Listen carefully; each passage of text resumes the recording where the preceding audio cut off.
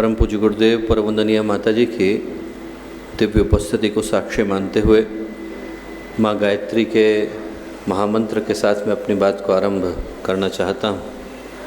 माँ गायत्री का ये पावन मंत्र अनेकों लक्ष्यों, अनेकों संकेतों, अनेकों आदर्शों, अनेकों उद्देश्यों को प्राप्त करने का मंत्र है।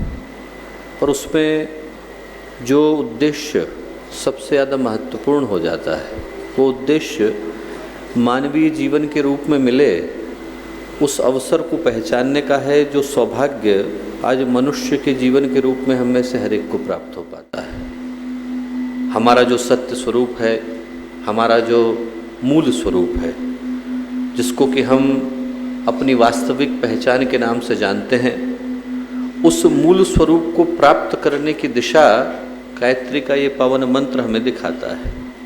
व्यक्ति को बोध नहीं हो पाता, पर मनुष्य का जीवन न जाने कब आदतों में बदल जाता है, और आदतों की इस दौड़ में, आदतों की इस यात्रा में जो हमारे जीवन का मूल स्वरूप था वो व्यक्ति कभी महसूस भी नहीं कर पाता। और उस स्वरूप से परिचित कराने का जो मंत्र है वो गायत्री का ये पावन मंत्र है।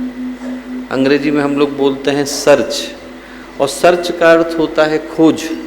सही पूछा जाए तो जो गायत्री मंत्र की यात्रा है वो एक तरह की रिसर्च है, भूले हुए को खोजना, उसको खोजना जो हमारा मूल वास्तविक सत्य ईश्वरीय स्वरूप था, और उस स्वरूप को पुनः प्राप्त करने की जो यात्रा है वो गायत्री के इस पावन मंत्र के साथ शुरू होते है।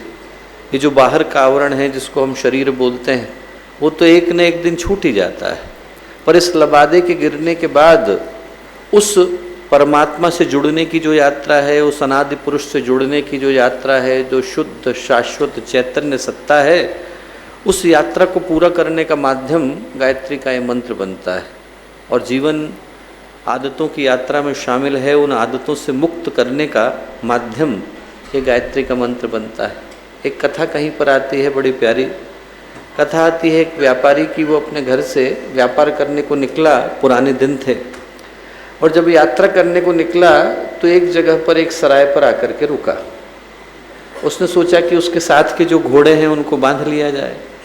अब जब घोड़ों को बांधने के लिए चला तो सारे घोड़े बन गए, पर एक रस्सी कम पड़ गई। एक घोड़ा ऐसा था जिसको बांधने के लिए वो रस्सी को लाना भूल गया था।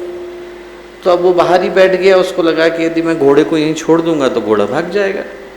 तो वो घोड़े के पास बाहर बैठ गया, उसको लगा कि अब ये जो सराय है, इस सराय में तो मैं जा नहीं पाऊंगा। थोड़ी देर वहीं पर प्रतीक्षा करता रहा। इतनी देर में एक संत बाहर से निकले। संत निकले तो संत ने कहा कि भैया बाहर क्यों बैठे हो, अंदर जाकर के आराम करो सराय के अंदर। बोले स्वामी जी बड़ी समस्या में फंस गया। बोले क्या? बोले मैं सारे घोड़ों को बांधने के लिए रस्सी लाया, पर एक रस्सी छोटी पड़ गई, इसको कैसे बांधो? तो वो संत बोले कि ऐसा है कि तुम रस्सी लेकर के नहीं आए, ये तुमको तो पता है, घोड़े को थोड़ी पता है। बोले तुम एक काम करो कि तुम घोड़े को बांधने की एक्टिंग करो। बोले तुम ऐसा अभिनय करो कि तुम घोड़े को बांध रहे हो। उसने कहा उससे काम बन जाएगा? बोले बिल्कुल बन जाएगा। तो उसने एक्टिंग करी कि पेड़ के चारों ओर रस्सी बांध रहा है, और उसने फिर आकर के घोड़े के गले में बांधी, और देखा घोड़ा शांत होकर बैठ गया। उसको लगा कि मैं भी बंध गया, जैसे बाकी के घोड़े बंधे वैसे मैं भी बंध गया, और बैठ गया वो चुपचाप। उसने कहा अरे वाह, ये तो काम बन गया। अंदर जाकर के सोया। सुबह हुई, पौ फटी, बाहर आया। बाहर आने के बाद उसने बाकी के घोड़ों को खोला, और जब इस घोड़े को उसने उठाने की कोशिश करी तो घोड़ा हिला ही नहीं, वो तो अपनी जगह पर बैठा रहा, जैसा था वैसे का वैसा बैठा रहा। तो उसने उसको डंडा मारना शुरू करा। अब डंडा मारना शुरू करा तो संत वहाँ से गुजरे। संत ने कहा अरे भाई घोड़े को क्यों परेशान कर रहा है? उन्होंने कहा कि अरे ये उठ ही नहीं रहा है स्वामी जी, आपने कल रास्ता बताया था तो बंद तो गया पर खुल नहीं रहा है। बोले अरे जिस तरह से बांधने की एक्टिंग करी थी वैसे ही खोलने की भी करनी पड़ेगी। तो उन्होंने कहा आप तो खोलने की एक्टिंग कर। तो उसने जैसे खोलने की एक्टिंग करी कि अरे उसकी रस्सी खोल रहा है, और जैसे ही उसने सारी रस्सी खोली घोड़ा खड़ा हुआ और तुरंत चलने लग गया। वैसे ही मनुष्य का जीवन है। हम लोग न जाने कौन सी रस्सियों में अपने को बांध करके बैठे हैं। ये जो माया के बंधन है, मोह के बंधन है नहीं, पर इंसान के पगों को थाम करके बैठ जाते हैं। हम भगवान से प्रार्थना करते हैं कि ये जो बंधन है, जिनने हमारी आत्म जगत की यात्रा को रोक दिया है, मुक्ति के मार्ग को बाधित कर दिया है, ये जो हमारे जीवन के विकास को अवरुद्ध करके बैठे हैं, उन बंधनों से हमें भगवान मुक्त कराएं, जो कभी थे नहीं पर हमारे जीवन की यात्रा को सदा के लिए थाम करके बैठ जाते हैं। स्थिर होकर उस शक्ति का आवाहन करें, गुरु सत्ता का आवाहन करें, माँ गायत्री का, परमात्मा का, उस ईश्वरीय चेतना का आवाहन करें जो इन बंधनों से मुक्ति का मार्ग हमें दिखाते हैं। स्थिर शरीर के साथ, शांत मन के साथ, शांत भावनाओं के साथ एक बार माँ गायत्री का पावन मंत्र साथ साथ।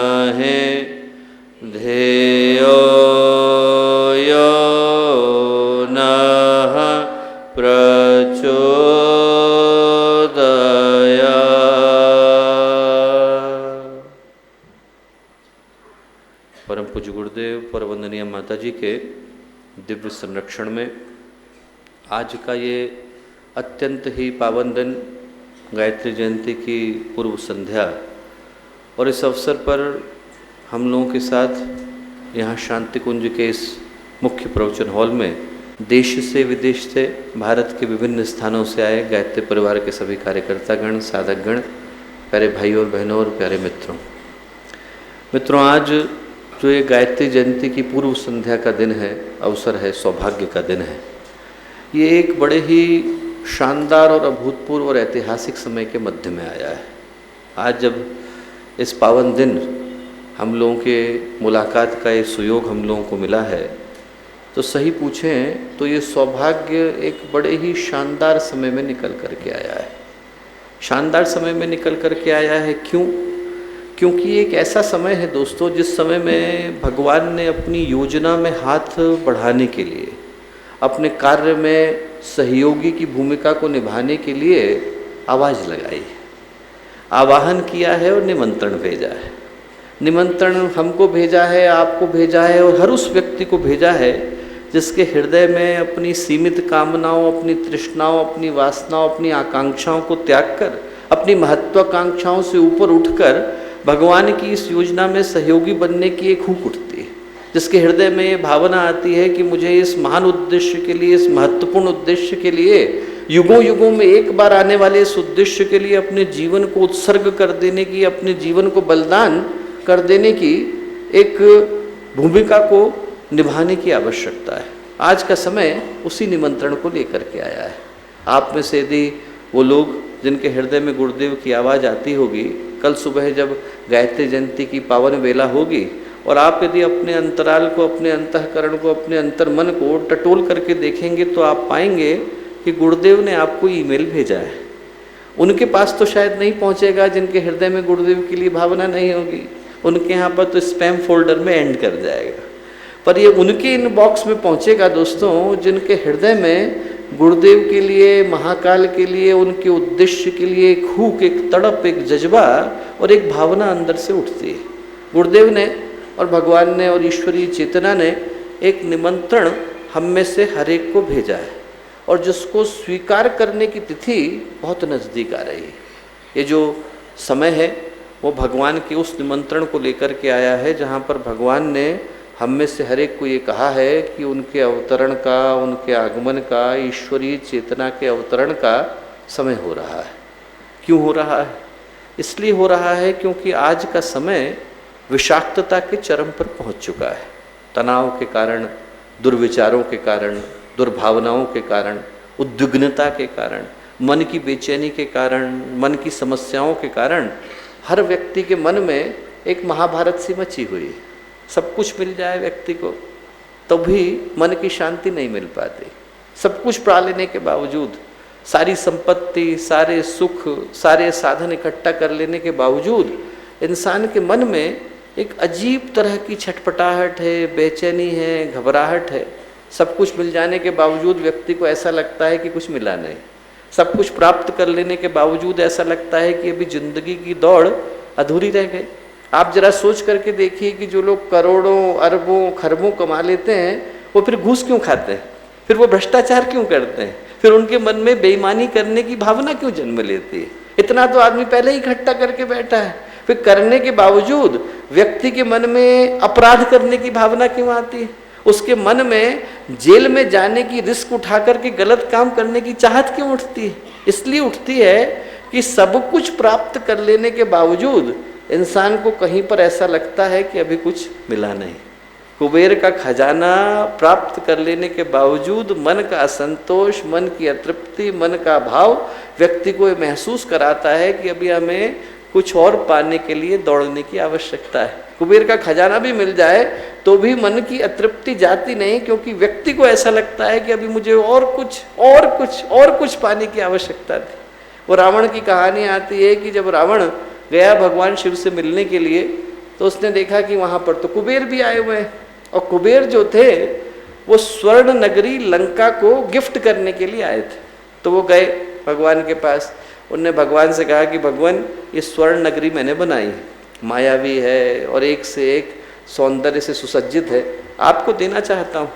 भगवान बोले कि कुबेर, मेरे लिए तो कैलाश का ये शिखर और शमशान की भूमि पर्याप्त है, मुझे किसी चीज़ की आवश्यकता नहीं, समाधि लगा करके बैठा हूँ, स्वर्ण नगरी नगर करूँगा क्या?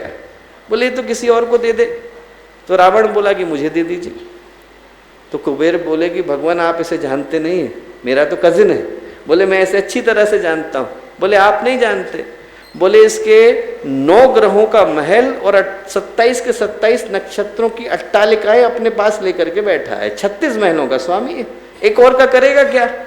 तो भगवान बोले कि जिसको 36 महलों से संतोष नहीं मिला कुबेर, उसको 37वां भी संतोष देने वाला नहीं।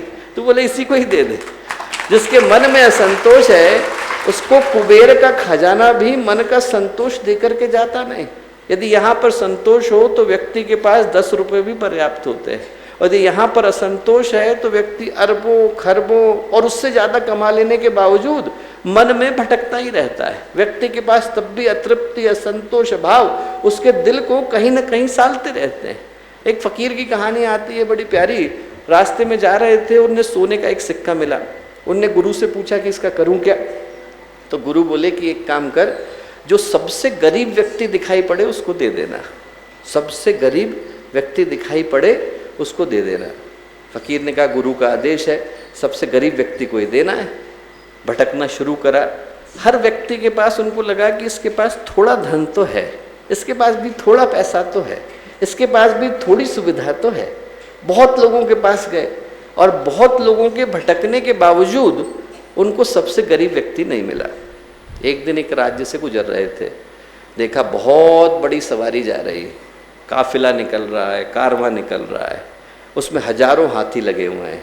उन हाथियों में से एक हाथी है जो स्वर्ण जड़ित है, हीरे के आभूषण उसको पहनाए गए, उसके ऊपर सोने की पालकी रखी है, सोने की पालकी के अंदर राजा बैठे हुए हैं, एक से एक बढ़कर आभूषण है, सब कुछ है। रास्ते चलते राहगीर से फकीर ने पूछा क्या हो रहा है यहाँ?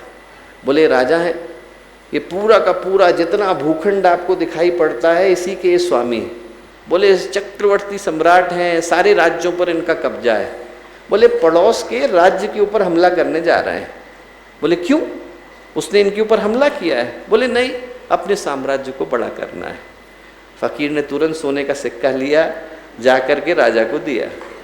राजा बोले कि क्यों, आशीर्वाद के लिए दे रहे हैं? बोले उनको लगा कि शायद आशीर्वाद देने के लिए आए। बोले नहीं, मेरे गुरु ने कहा था कि जो सबसे गरीब आदमी मिले उसको जा कर के देना।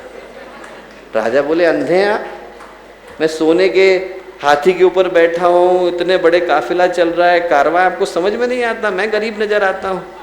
बोले बाहर की गरीबी के लिए नहीं बोल रहा हूँ, तेरे दिल की गरीबी के लिए बोल रहा हूँ।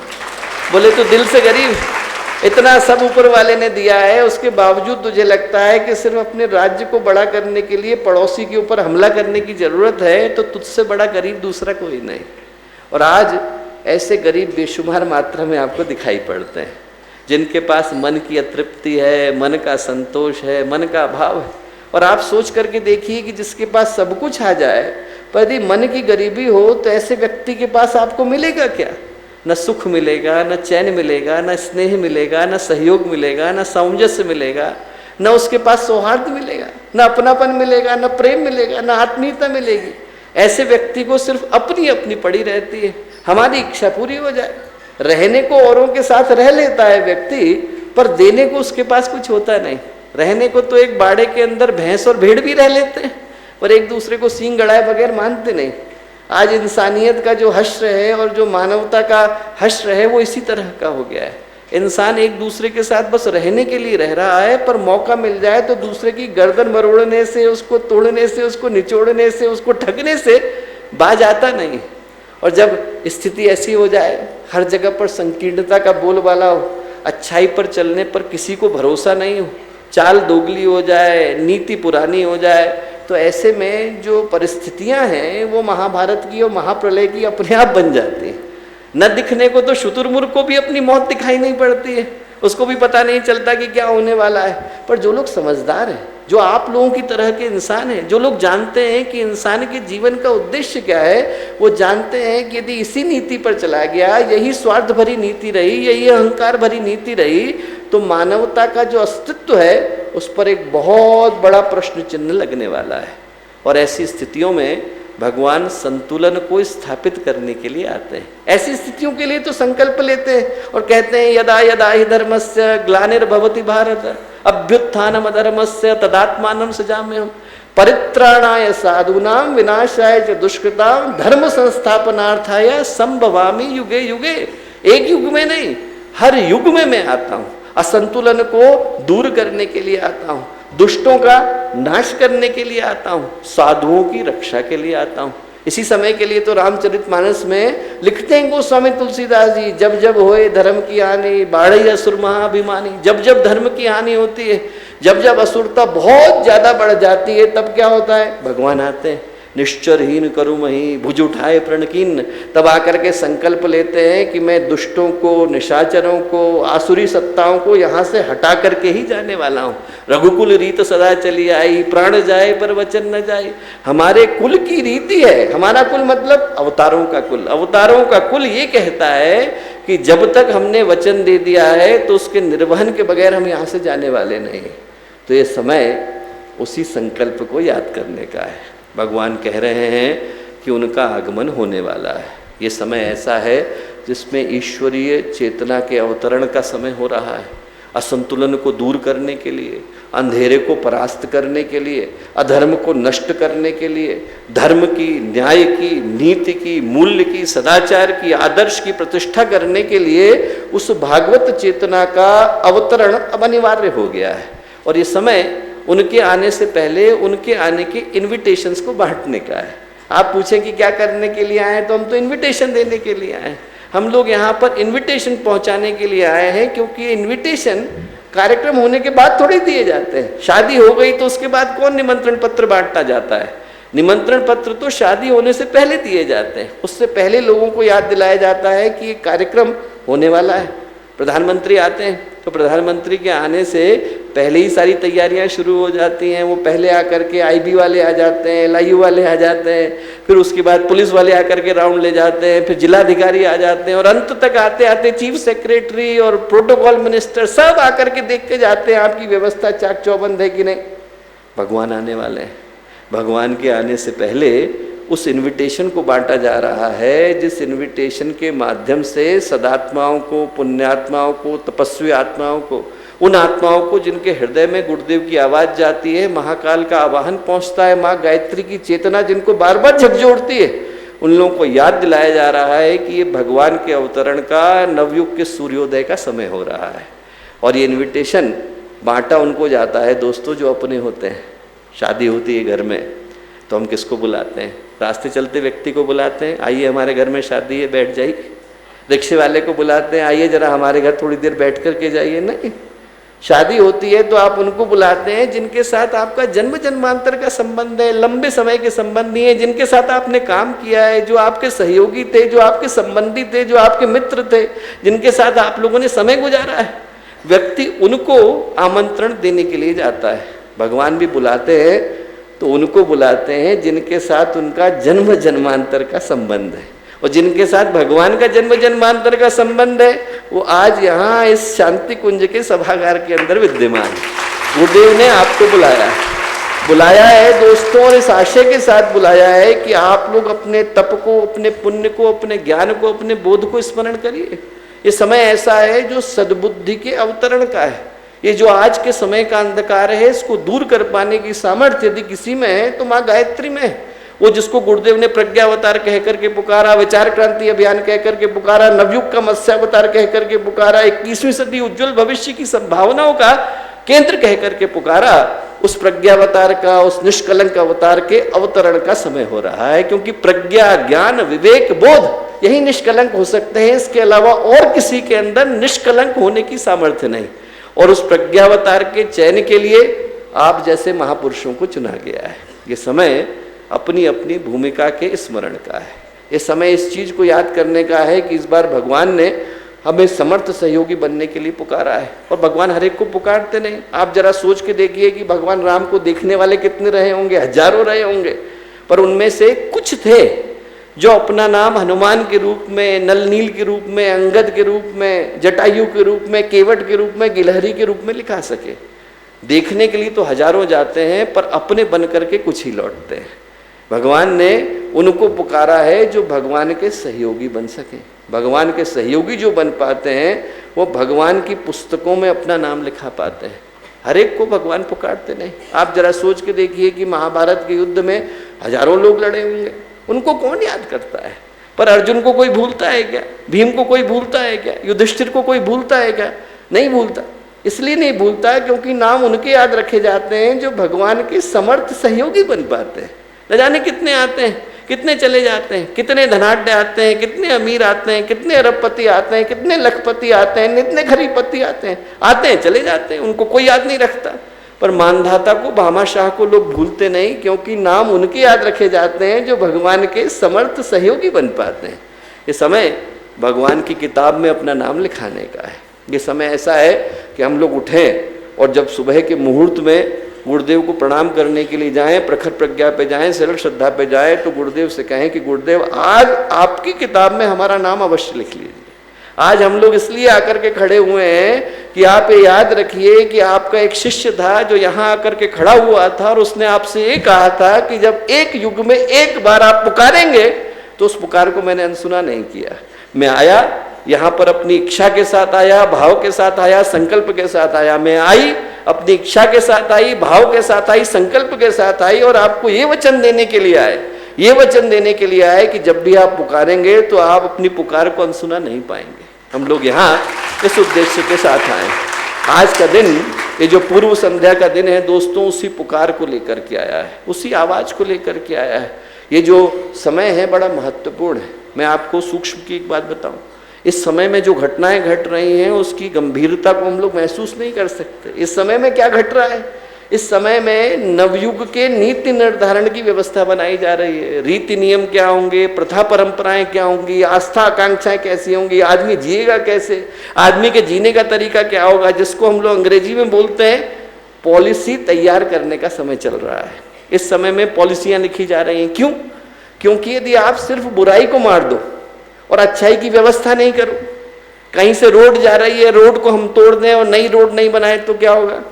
कहीं पर बिल्डिंग थी, बिल्डिंग हमने तोड़ दी और नई बिल्डिंग नहीं बनाई तो अराजकता फैल जाएगी। इसलिए जो बुराई है, बुराई को तोड़ने के साथ साथ परिष्कृत आत्माओं को आमंत्रण दिया जा रहा है कि आप आइए और इस रिक्तता की पूर्ति कीजिए। ये समय बड़े ही गंभीर चुनौती को लेकर के आया है। ये समय एक बड़ी ही महत्वपूर्ण पुकार को लेकर के आया है। आज का जो समय है दोस्तों, आज की जो तिथि है, आज का जो मुहूर्त है, आज की जो परिस्थितियां हैं और आज का जो एक घड़ी का समय है, ये समय एक ही जागृत पुकार को लेकर के आया है कि इस समय में हम सारी समस्याओं को भूलकर, हमारी जो भी कामनाएं थी, हमारी जो भी वासनाएं थी, हमारी जो भी आकांक्षाएं थी, हमारे घर में तकलीफ है थोड़े दिन के लिए साइड कर दीजिए, हमारी शक्तिपीठ में समस्या करती है छोड़ दीजिए। इस समय में हमें सारी चीजों को भूलकर एक ही उद्देश्य के लिए, समाज के नव निर्माण के लिए जुट जाने की आवश्यकता है, क्योंकि पीड़ा, पतन, परेशानी का प्रवाह आ गया है। और इस प्रवाह में दोस्तों इंसान एक ही चीज के लिए कटता, काटता, मरता, मारता नजर आता है कि बस ये पूरा हो जाए, मेरी इच्छा पूरी हो जाए, मेरा स्वार्थ, मेरा लोभ, मेरा लालच, मेरा अहंकार ये पूरा हो जाए, दुनिया कहीं जाए, प्रकृति कहीं जाए, मानवता कहीं जाए, इंसान को कोई टेंशन नहीं। और जब यही स्थिति लंबे समय तक बरकरार रहेगी तो मानवता निश्चित रूप से अपने आप को नष्ट करके बैठेगी। और इस परिस्थिति का जो परिणाम है हम लोग जानते हैं। बाहर साधनों की भीड़ लग गई है, इंसान के पास पहले की तुलना में सुविधा के साधन ज़्यादा हैं, बेशुमार हैं, पहले की तुलना में ज़्यादा हैं, पर उनका उपयोग करने वाली जो चेतना है उसका स्तर बुरी तरह से गिर गया है। बाहर की दृष्टि से अमीर हुआ, भीतर की दृष्टि से गरीब हो गया।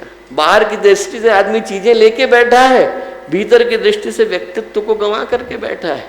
इंसान के पास ये स्थिति हो गई कि बाहर की चमक को पाने की दौड़ में भीतर की कालिक को व्यक्ति आभूषण समझ करके बैठा है। इंसान भटके, इंसानियत कराह रही है, मानव है नहीं, मानवता पीड़ित नजर आती है, खुशियां नदारद हैं, मुस्कुराहटें नकली हैं, मुसीबतों का अंबार लगा है, समस्याओं से व्यक्ति पार नहीं पा पाता। वो कहीं पर किसी ने एक शेर लिखा था, बड़ा प्यारा लिखा था, नए युग की यही सच्चाइयाँ हैं, नए युग की यही सच्चाइयाँ हैं, लहू सस्ता है, महंगी रोटियाँ हैं। इंसान का खून सस्ता हो गया, रोटियाँ महंगी हो गई। नए युग की यही सच्चाइयाँ हैं, लहू सस्ता है, महंगी रोटियाँ हैं, भलाई करके भी मिलती है बुराइयाँ, हवन करके भी जलती उंगलियाँ हैं। आज के समय की ये बड़ी दुर्दशा हो गई। और ऐसे समय में दोस्तों इंसान को, इंसान के व्यक्तित्व को समुन्नत बनाना, सुसंस्कृत बनाना, यही एकमात्र समाधान है। इंसान अच्छा हो, उसका व्यक्तित्व अच्छा हो, उसकी सोच अच्छी हो, उसका चिंतन अच्छा हो, उसकी भावनाएं अच्छी हो, उसके अंदर उदारता है, उसके अंदर विशालता है, उसके अंदर उच्चता है, उसके अंदर उत्कृष्टता है, ऐसा हो जाए तो आप जरा सोच करके देखिए, फिर व्यक्ति अपने आप देवत्व की परिभाषा बन जाता है। और जहाँ पर इस तरह के व्यक्तित्व होते हैं उस जगह पर स्वर्ग अपने आप खिंचा चला आता है।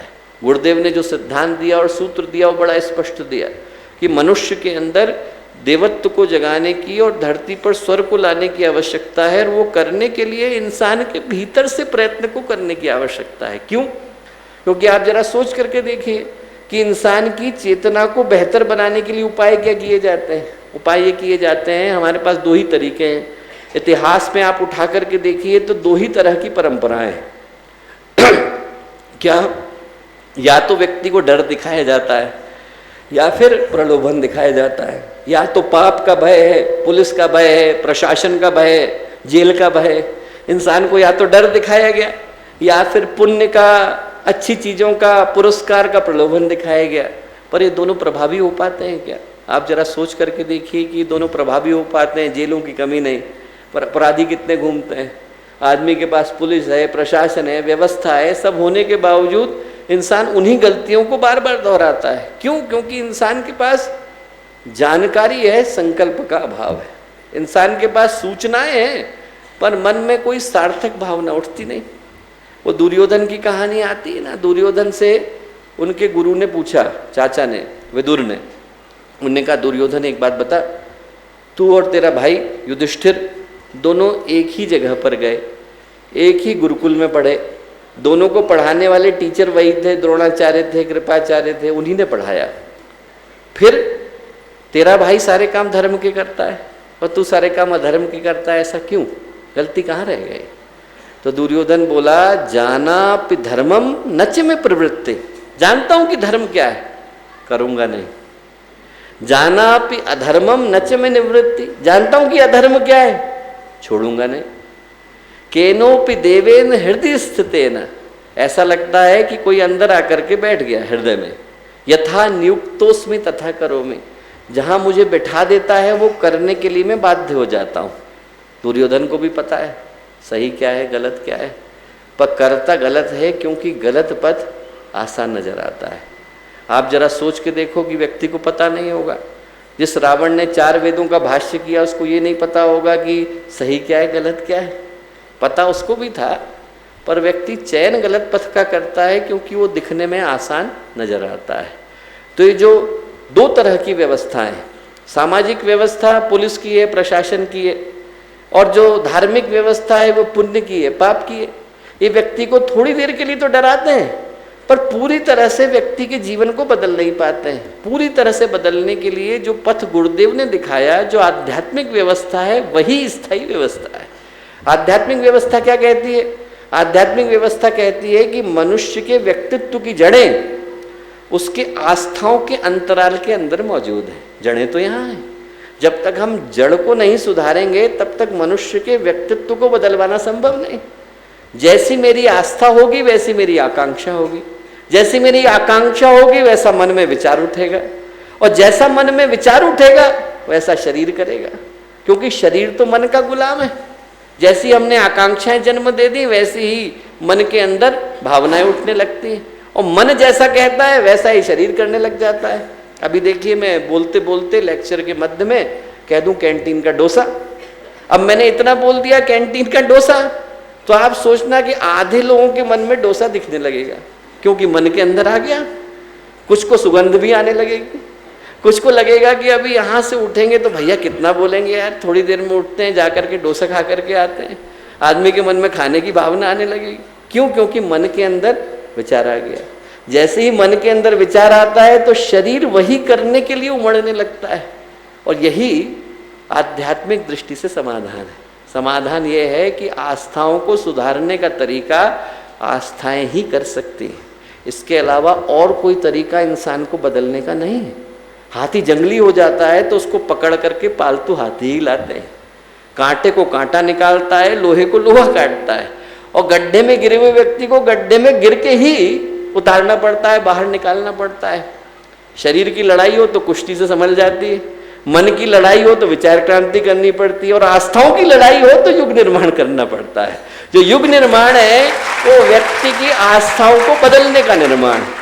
और इन बातों को कहने का क्या उद्देश्य है? उद्देश्य ये है दोस्तों कि गुरुदेव ने जो गायत्री की तत्व विद्या का दर्शन बताया, वो सही पूछा जाए तो मनुष्य की आस्थाओं को बदलने का, उसके अंतराल को बदलने का, उसके अंतःकरण को बदलने का विज्ञान है। विज्ञान बड़ा सरल है। आप व्यक्ति के सिम को बदल दीजिए। जहां आपने फोन के सिम को बदला उसमें नया नेटवर्क आ जाएगा। अभी एयरटेल दिखा रहा था, अभी वोडाफोन दिखाने लग जाएगा। वैसे ही आप यदि इंसान के सिम को बदल देंगे तो चाहे आप मोबाइल तो कितने भी बदलते रहिए, यदि सिम वही का वही है तो आदमी ये शरीर बदलेगा, दूसरा शरीर बदलेगा, तीसरा बदलेगा, पर अभी सिम तो वही चल रहा है। सिम वही चल रहा है, तो जैसे ही उसको नेटवर्क मिलता है वो वही काम करने लग जाता है। वही लोभ, वही लालच, वही कामना है, वही वासना।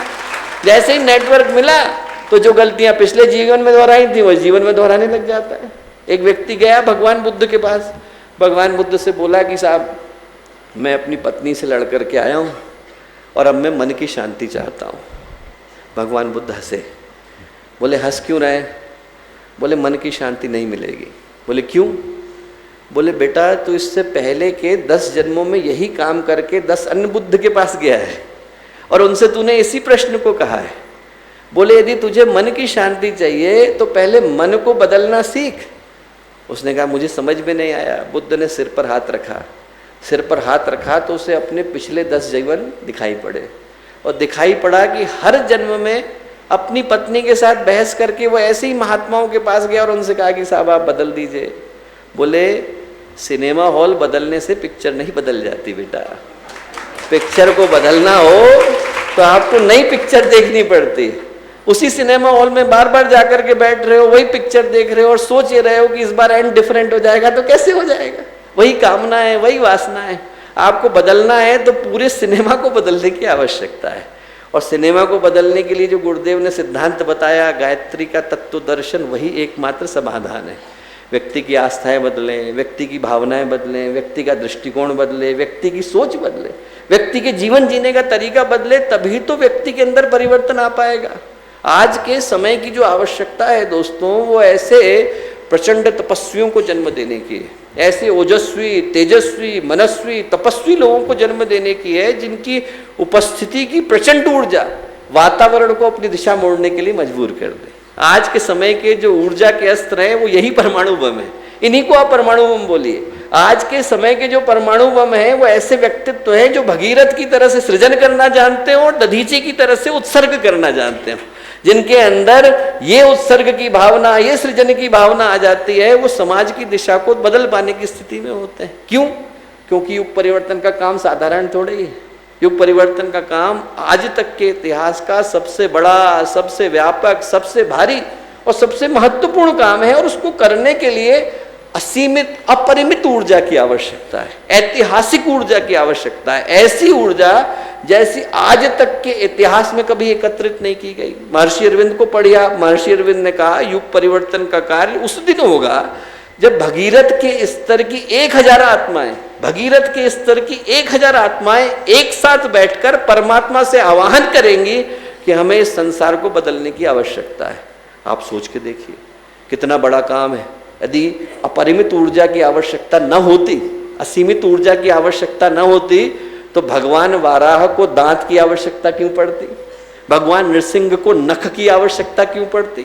भगवान राम को धनुष उठाने की आवश्यकता क्यों पड़ती? भगवान कृष्ण को सुदर्शन चक्र तानने की आवश्यकता क्यों पड़ती? भगवान शिव का त्रिशूल किस लिए? भगवान परशुराम का फरसा किस लिए? इसलिए है क्योंकि दुष्टता का अंत तो अस्त्रों से हो जाता है, पर भ्रष्टता का अंत करने के लिए मनुष्य के अंतराल में उतरना पड़ता है। दुष्टता को तो आप अस्त्रों से मार सकते हैं, शस्त्रों से मार सकते हैं, पर जो भ्रष्टता है मनुष्य के चिंतन के अंदर विद्यमान है, उसको उतारने के लिए उस शक्ति का आवाहन करना पड़ता है जो यहाँ परम पूज्य गुरुदेव और परम वंदनीय माता जी के मध्य में विराजमान है, जो युग चंडी है, जिनको हम ऋतंभरा प्रज्ञा कह करके पुकारते हैं, जो ज्ञान की गंगा का आधार है। ये समय उन आदि शक्ति गायत्री के अवतरण का समय है। जब तक उस आदि शक्ति गायत्री का अवतरण नहीं होगा, जब तक वो प्रकाश की गंगा बहेगी नहीं, तब तक इस अज्ञान के, अनाचार का, अंधकार का अंत कर पाना संभव नहीं। प्रज्ञा के आलोक में ही वो शक्ति है कि वो इस संसार के अंधकार को सूर्योदय से लबालब कर सके। ये समय उस ज्ञान की गंगा का, उस युग चंडी का, उस आदि शक्ति गायत्री का, उस ऋतंभरा प्रज्ञा के अवतरण का है। और ये समय में उसी पुकार को हम लोग लेकर के आए। क्यों? क्योंकि माँ गायत्री के अंदर ही तो वो ताकत है। उपनिषद का ऋषि क्या कहते हैं? उपनिषद के ऋषि कहते हैं अष्ट चक्रा नवद्वारा देवानाम पुर अयोध्या तस्याम हिरण्यमय कोश स्वर्गो लोके ज्योतिषावृत। क्या अर्थ हुआ इसका? इसका अर्थ हुआ कि संसार में हर चीजें बदल रही हैं, रिश्ते, नाते, रूप, रंग, आकार, हर चीज बदल रही। पानी के अंदर आप गए, गंगा जी के अंदर डुबकी लगाने, तो अभी आप उतरे, आकर के आपने अपने कपड़ा पोंछा, बदन पोंछा, दोबारा उतरे तो पानी बदल गया। इतनी देर में वो पानी बदल गया। हर चीज बदल रही है। अभी मैंने सांस ली, दोबारा छोड़ी और दोबारा ली, तो वो हवा नहीं रह गई, वो हवा बदल गई, हवा के अणु बदल गए, उसके कण बदल गए। इस संसार में हर चीज बदल रही है, पर एक चीज है जो कभी नहीं बदलती, और जो कभी नहीं बदलती उसी का नाम शुद्ध, शाश्वत, निर्विकार, निस्पंद, निष्प्रिय सत्ता है। और वही जो चैतन्य सत्ता है उसी को हम परमात्मा, परमेश्वर, ईश्वर, भगवान, त्रिगुणातीत, त्रिकालातीत कह करके पुकारते हैं। और वो जो परमात्मा है उसके भर्ग का रक्षण करने का दायित्व किसका है? उनके तेज का रक्षण करने का दायित्व किसका है? माँ गायत्री का है। आप जरा सोच करके देखिए, भगवान ने जो कि हर जगह पर निष्प्रिय है, हर जगह हैं और नहीं भी है, पर उनके आध्यात्मिक तेज को धारण करने की क्षमता जिस शक्ति के पास है उनको माँ गायत्री कह करके पुकारा गया। आज तक के इतिहास में आपको ऐसी शक्ति का उदाहरण नहीं मिलेगा जो परमात्मा के तेज को धारण करने की सामर्थ्य रखती है। और वो जो शक्ति है माँ गायत्री, उनकी भी दो शक्तियां हैं। एक वो जो जन्म देती हैं, सविता सर्वस्य प्रसविता, जो सावित्री कहलाती हैं, और एक वो जिनसे परमात्मा का आनंद प्रवाहित होता है, जिसको हम सरह कहते हैं, जहाँ से सरिता शब्द आया, वो सरस्वती कहलाती हैं।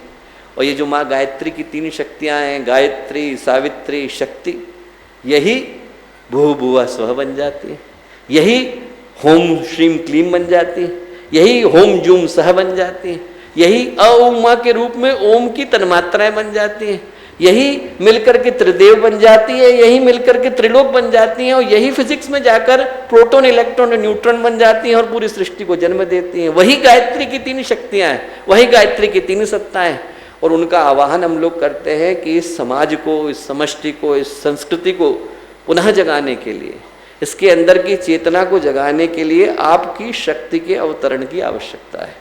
ये समय इसी पुकार को लेकर के आया। गुरुदेव ने कहा 2 ही कारण हैं इंसान के गलत चलने के, अचिंत चिंतन, वो सोचना जो न सोचने योग्य है, और वो करना जो न करने योग्य है। और इन चीज़ों का समाधान क्या भगवान के लिए संभव नहीं, सहजता से संभव। पर जब भगवान आते हैं तो अपने साथ सहयोगियों को भी लाते हैं। इसलिए नहीं लाते कि भगवान को सहयोगी की आवश्यकता है, इसलिए लाते हैं कि वो सहयोगियों को श्रेय दिलाना चाहते हैं।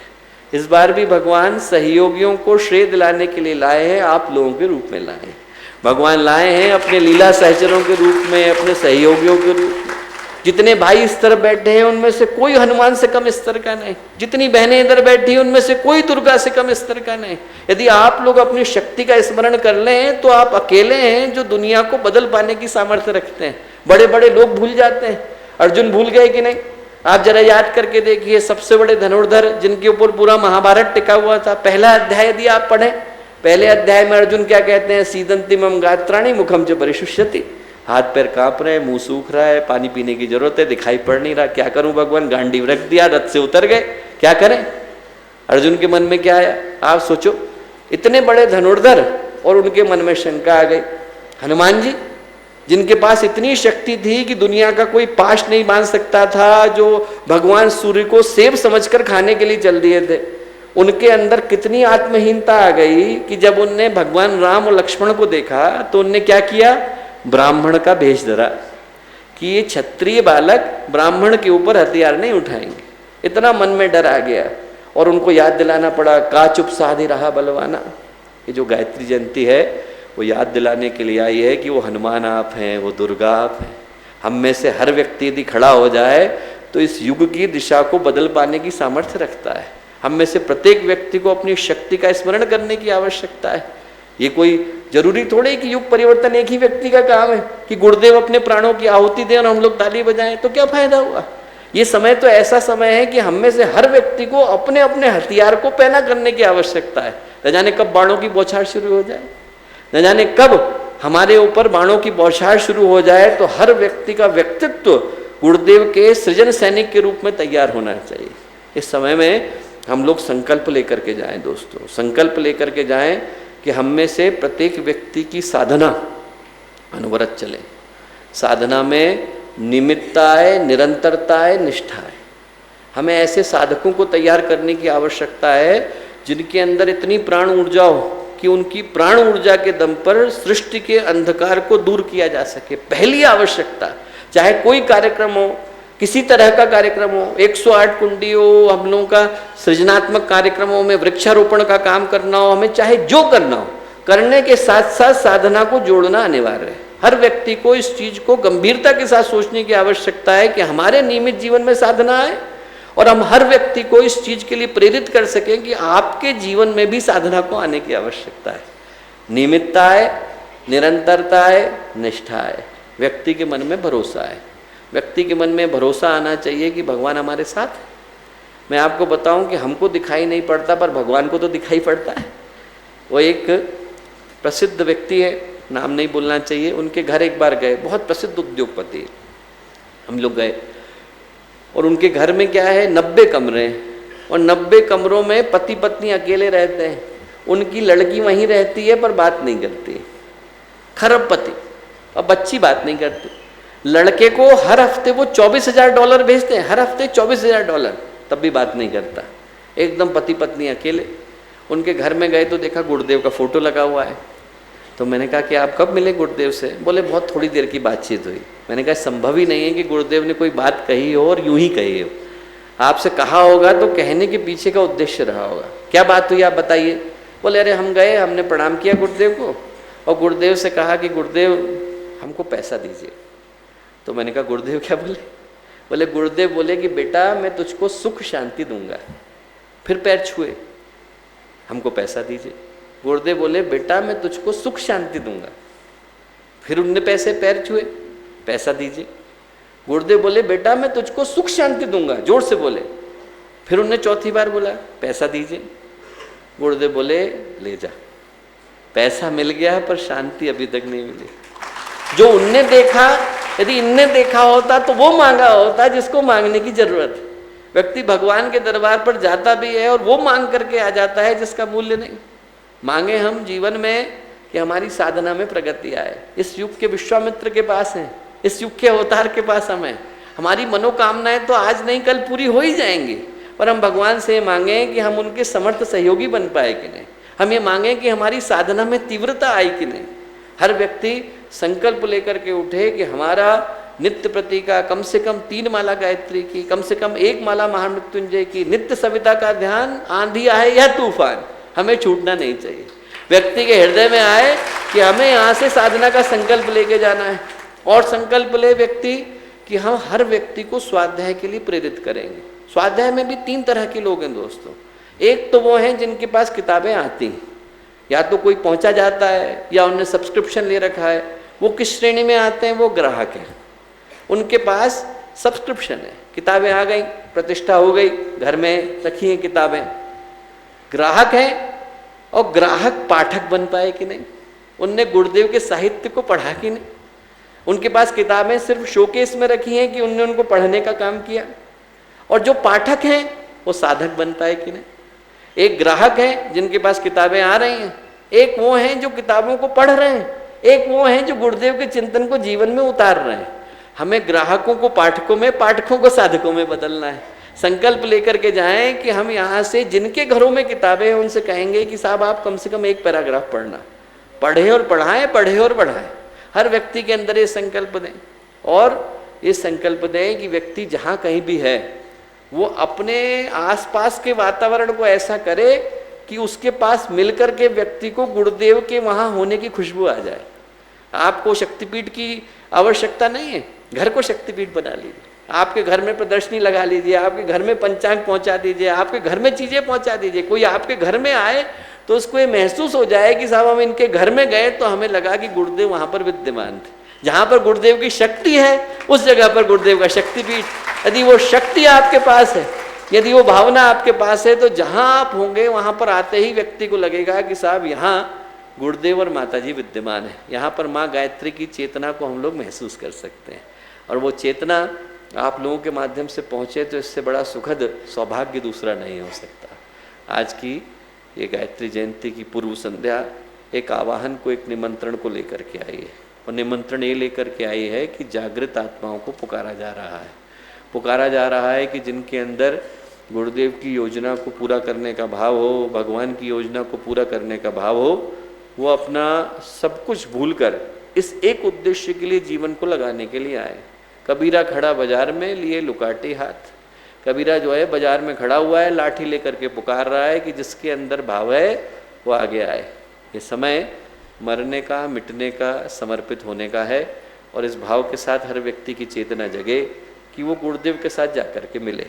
अभी जैसा हम लोगों ने गीत में सुना, हम गायत्री माँ के बेटे तुम्हें जगाने आए हैं, तो हम यहाँ से उठें, खुद जगें और हजारों को जगाएं। आप लोगों के माध्यम से ही युग निर्माण का वो कार्य संभव हो सके, ऐसी पूज्य गुरुदेव से, वंदनीय माता जी से प्रार्थना है। सभी को बहुत सारी शुभकामनाएं, सभी को मंगल कामनाएं। अब आप Shanti Kunj video YouTube channel देखें कभी भी, कहीं भी। डाउनलोड करें Shanti Kunj video mobile app Google Play Store से। हमारे YouTube channel Shanti Kunj video Gayatri Parivar को सब्सक्राइब करें एवं बेल आइकन जरूर दबाएं ताकि गायत्री परिवार की विभिन्न गतिविधियों की जानकारी आपको मिलती रहे।